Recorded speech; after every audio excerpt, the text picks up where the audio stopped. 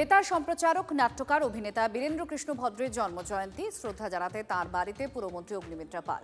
বীরেন্দ্র কৃষ্ণের আহিরিটোলার বাড়ি সেজে উঠেছে।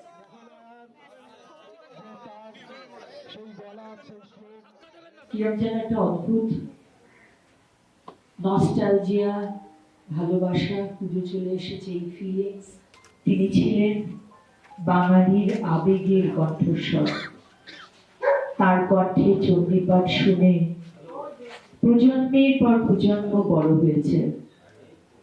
তার উচ্চারণ, তার গাম্ভীর্য, তার আবৃত্তির শক্তি সব মিলিয়ে তিনি এক অনন্য শিল্পী, যার তুলনা আজও খুঁজে পাওয়া কঠিন।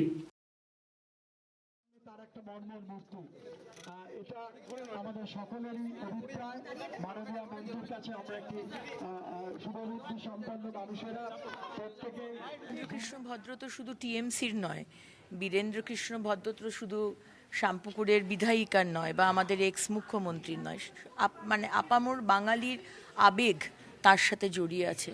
তার চণ্ডীপাঠ, তার মহালয়ের যে দিনটার জন্য আমরা সারা বছর অপেক্ষা করি, সেইখানে রাজনীতি টেনে আনা, ঢুকতে দেব না, ও আসবে না, ও মালা দেবে না। কিশোর কুমার বলুন বা শ্যামাপ্রসাদকে তো ভুলিয়েই দেবার চেষ্টা করা হয়েছিল, পাঠ্য বইতে ভুলভাল পড়ানো, তার নাম অবধি না লেখা, এটা খুবই আনফর্চুনেট। আমার মনে হয় আমাদের মানে সবারই আর কি, যারাই আমরা রাজনীতিতে আসি, আমাদের একটু বিগার যে রেসপন্সিবিলিটি সেটা আমার মনে হয় রিয়েলাইজ করা দরকার, যে এই ছোটো পেটি পলিটিক্সের মধ্যে না থেকে আগামী প্রজন্মে আমরা নিয়ে যেতে পারি, ডেভেলপ করতে পারি, সব কিছু শেখাতে পারি।